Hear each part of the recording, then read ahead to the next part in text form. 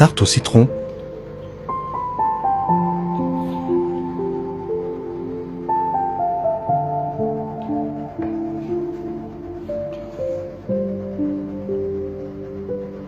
بسم الله. عندنا كاس تاع فرينة، عندنا هنا حوالي نصف كاس تاع سكري كلاس او سكر ناعم.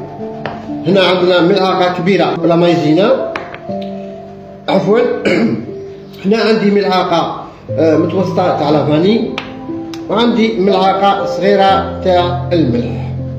فوالا. هنا نحتاج في لاباط تاعنا نحتاج إلى حبة تاع البيض فقط، ونحتاج إلى 125 غرام تاع زبدة تكون بدرجة حرارة الغرفة. ناخذ 125 غرام معناتها نصف العلبة هكذا. هنا نزيد لافاني ونحط بيضة كاملة ونبدا نخلط المكونات مع بعض، وراح نضيف عليهم زيت تاع الليمونة. ناخدو غير هاد الطبقة الصفراء، ما نوصلوش البيض باسكو البيض يكون مر شوية.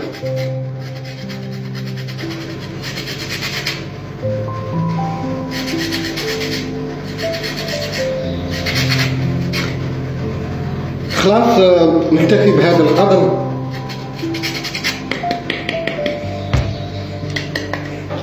كإضافة فقط اللي يحب يحط الزيت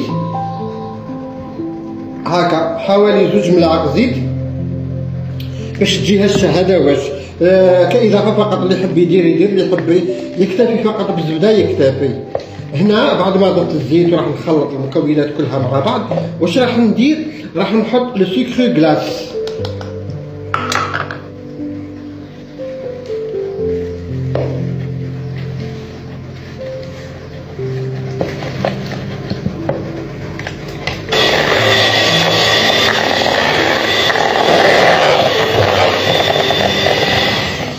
حتى نتحصل على هذا المزيج. بعد ما تحصلنا على هذا القوام الكريمي راح نحط الدقيق لافارين.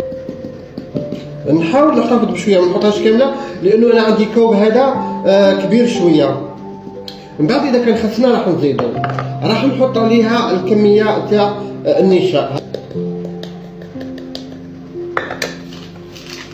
ونحط عليها ايضا نصف كيس تاع الخميره الكيميائيه، فقط نصف.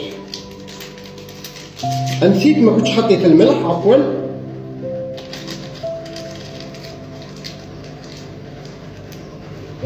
وراح نحط الكميه تاع الملح، هذه رشه تاع الملح باطراف الاصابع فقط. نحاول نجمع هذا بهذه الطريقه هذه.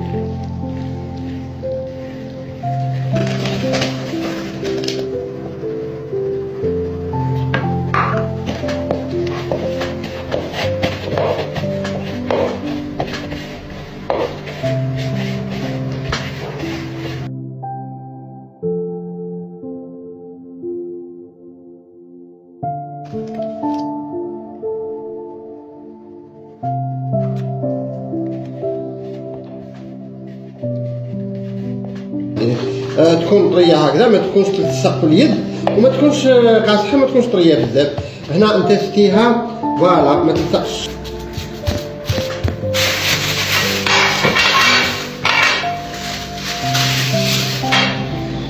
ونحاول اني نبسطها هكذا.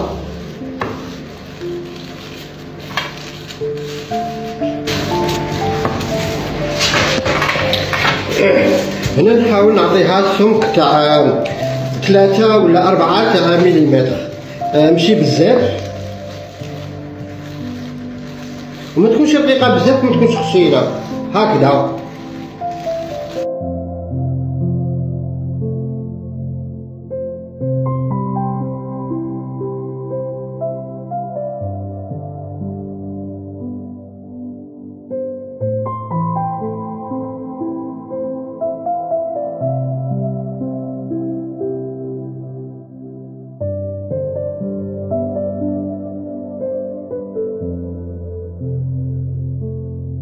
هنايا نحاول نملا هذوك الاماكن اللي كانوا رقاق شويه، نحاول هنا في هذا الضروس هادو ندخل مليح العجينه باش تدخل مليح بهذا الشكل، باش تعطينا الشكل تاعها المسنن هذا.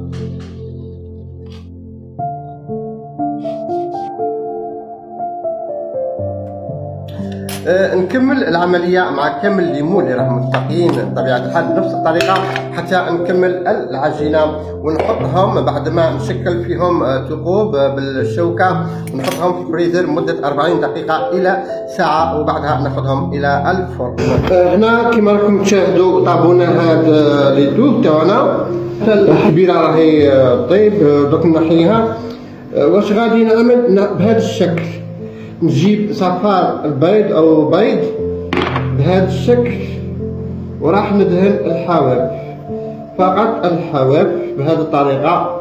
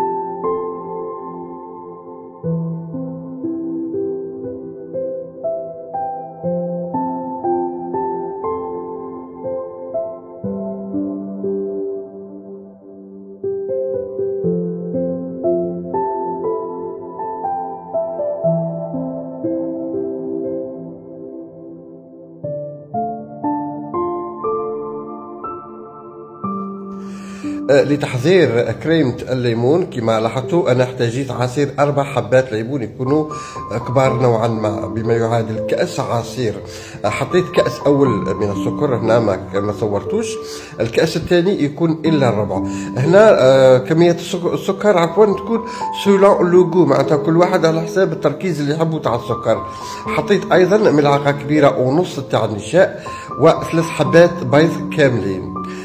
هذه الطريقة أنا نعتمدها في لاكريم سيترون، وكل واحد كيفاش يحب يدير مثلا النشاء اللي يحب يدير 2 ملاعق راح تكون أكيد لاكريم متماسكة بزاف، اللي يحب يدير أقل راح تكون سايلة. أنا حطيت ملعقة ونص، هنا يكون القوام تاعها تقريبا شادة روحها شوية. كنت أضفت أيضا ملعقة من الفانيليا، يمكن تستغنوا عليها لأنه كمية الليمون كافية أنها تغطي على رائحة ومذاق البيض. هنا لما بدأت تغلي شوية استعملت لو باتير ولا تستعملوا البغاميكسير باش تنحن مليح وما تبقاش هذيك الحبيبات. لما تبدأ تشكل في هذه القاعات، هنا الكريمة راهي خلاص واجدة وهي سخونة، نحيها دون ان ريسيبيون بهذه الطريقة ونحط عليها كمية الزبدة اللي كانت باقية، أي ما يعادل 125 غرام المتبقية تاع الزبدة. ممكن نديروا أقل، معناتها ما تديروش أكثر. خلاص هنايا نحاول إنه أيضا نستعمل لو باتور باش تتخلط مليح الزبدة مع لا كريم، ونحط لها لو بابي فيلم لازم يكون اون كونتاكت. نخليها تبرد شويه وبعد ندخلها في الثلاجه مده ساعه ساعتين حتى 3 ساعات يكون احسن.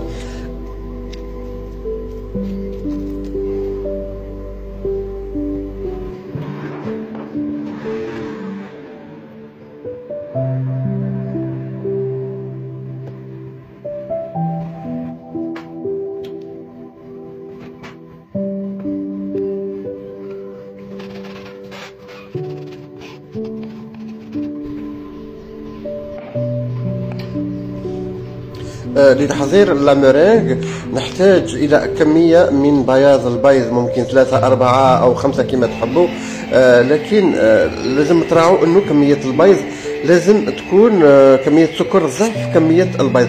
مثلا لو حطيتوا مثلا 150 غرام من بياض البيض راح تحطوا 300 غرام من السكر، حطيت عليها رشه من الملح، وتحبوا تحطوا فانيليا ايضا تحطوا، ما تحطوش معناتها يبقى اختياري كما راكم تلاحظوا باش تنجح معاكم. تخلطوا مليح حتى تعطينا هذاك لو بيك دوازو معناتها منقار العصفور. فوالا هنايا راني نقوم باللا كريم برولي بالطريقه هذه. تحطوا شويه تاع السكر وتحرقوها من الفوق بالشاليمو هذاك. تحبوا تستغناو عليها تستغناو، التزيين يبقى اختياري. نخليكم تشاهدوا لو دريساج او تشوفوا كيفاش راح نزين لي طورت تاعنا. التزيين يبقى اختياري، اكيد انكم راح تزينوهم على حسب مذاقكم، راح يكون احسن ان شاء الله، كل واحد على طريقته. نقول لكم شهيه طيبه، شهيتكم في الجنه ان شاء الله. الى وصفه اخرى، دمتم في رعايه الله وحفظه.